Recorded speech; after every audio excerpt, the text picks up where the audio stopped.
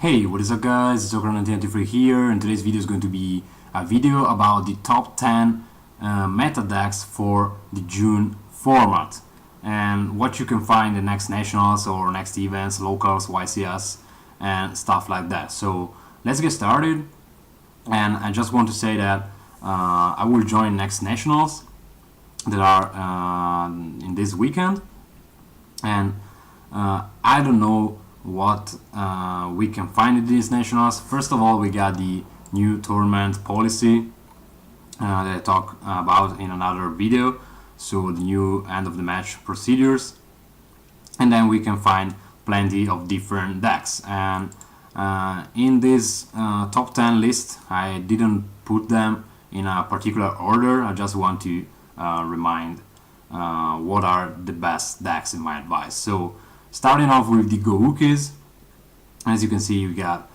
plenty of images of Goukis here, and Gouki is really a nice deck, warrior type deck, supported by the Zoldi, the Link Monster. They can spam a lot, they can easy search, and they're really awesome. And I think that a lot of players might decide to play this new archetype because it's nice, you know. You can do pretty nice combos, and how to kill them, maybe with the draw Lockbird, I don't know, it depends on what you play in your side deck. Then as the second one, we got Altergeist. Altergeist is another new deck using really powerful cards like the Protocol, Manifestation, as you can see here, the Melosic, and of course the Multi-Faker, which is really awesome. And how to beat this deck? You can beat this deck by using cards like the Red Reboot, which is really powerful against this deck, but you got to end the match in that turn because Altergeists are really able to recover easily. So it will be hard for you if you not end the game with that Red Reboot, because they can set another Protocol or Manifestation or other stuff then they play from their main deck. And with the addition of Multi-Faker, this deck went tier 1.5, I guess. It depends on the events maybe, but I think that it can be a really nice choice for this format.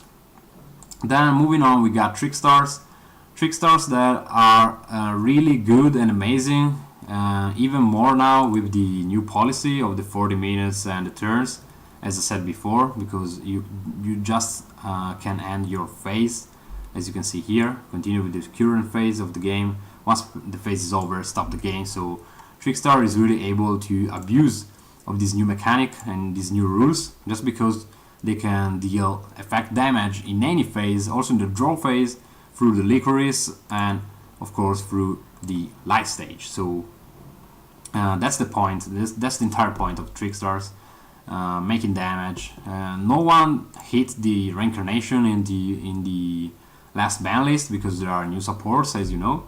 So Trickstars can be a really useful choice and really hard to go over this deck. You can also play here maybe the Red Reboot, but Trickstar is able to use a lot of cards, not just trap cards. They can deal effect damage, they can deal battle damage, they can summon Borrelot, they can use the Scapegoat. So Trickstar is really a good choice, and I think that we will see a lot of Trickstars in the next format. Then moving on, we got True Dracos that also, if there is no more our enemy or friend Masterpiece, they now got back their Dynamite and the Ignis Hit that, as you know, are maybe stronger. It depends on what you're trying to look for in your deck, but playing a control version of True Dracos using these two, it can be also better than playing the Masterpiece version. And True Draco is really amazing. It's really hard to stop it. You can play Anti-Spell Fragrance maybe if you're going first, or Imperial Order, stuff like that.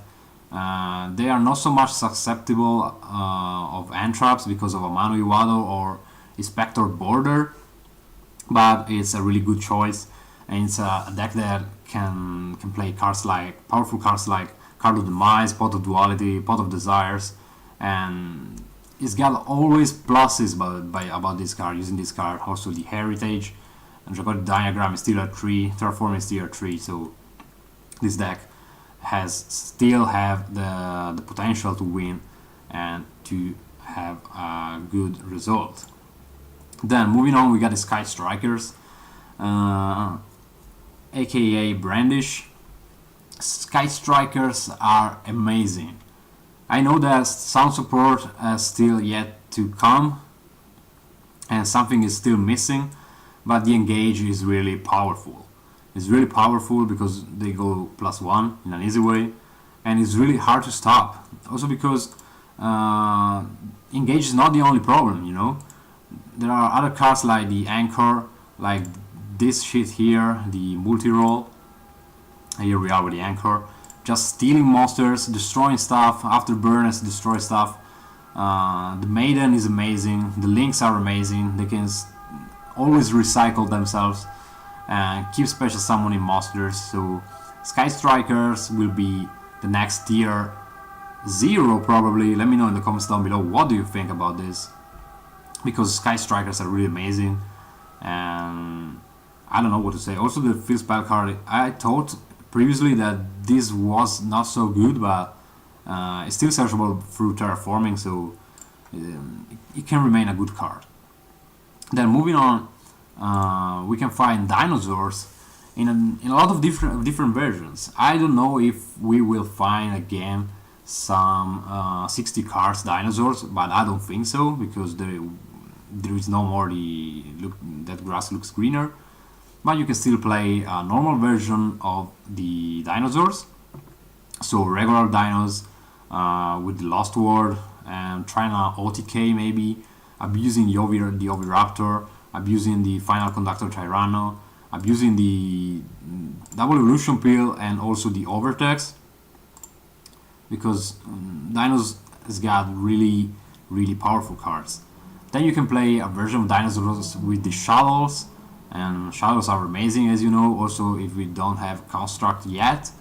Or maybe you can also play a version with the Draconic Diagram, because it's still a 3, and True Kings are still a fact, and they're really strong, and combined with this boss monster, dinosaurs can be a really good choice in my opinion.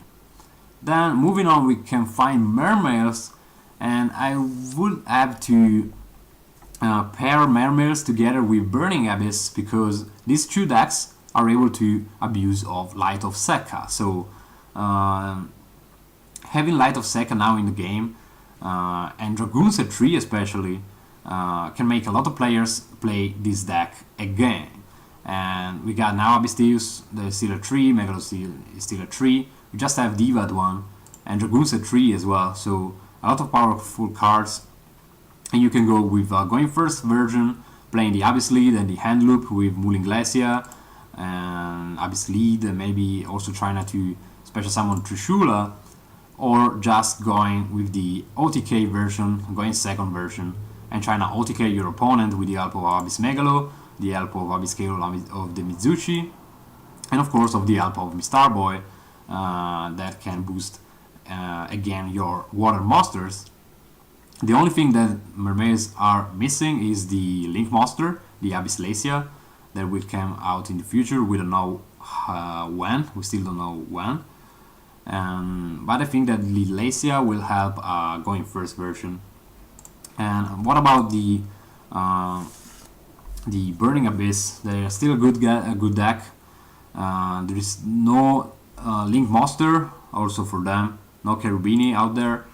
But they are really strong and unexpected, so as you know, Burning Abyss dodges every ban list, so it's still playable.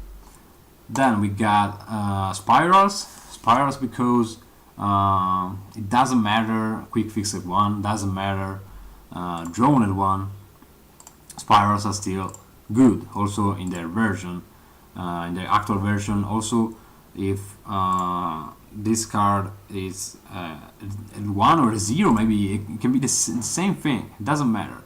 There is no Ancient Fairy Dragon, doesn't matter, Spiral is still good, Double Helix is still a fact, and I can see a lot of players playing this deck also in the next events. And then last but not least, I want to talk about Invoked. Invoked played with the pure version, I don't know, maybe played with the Mech Knight, because Invoked Mech Knight is a fact, of course. Mechaba is strong, Invocation is stronger, Alistair can be recycled, Invocation can be recycled, everything can be recycled, everything is a tree. Mech Knights are unexpected as well. They can use columns, as you know, they can use different techniques, they can negate, they can attack a lot of times through Purgatrio or the other, the water one. They can do a lot of stuff, and that can be played also with the Wind Witch, that again with the new tournament policies can be a good choice, because Wind Witches in turn 0 are able to make damage and dealing damage to the opponent. So using the Wind Witches and making damage and special summoning a negation in the form of the Crystal Wing can be an easy and an instant auto win, maybe in game 3. So that's it for today. I really hope you enjoyed this video. Let me know in the comments down below if I forgot some deck, because these are the decks that I decided to pick for this video. So if you got some suggestions, please comment down below, leave a like and subscribe to the channel, support me, and see you in the next one.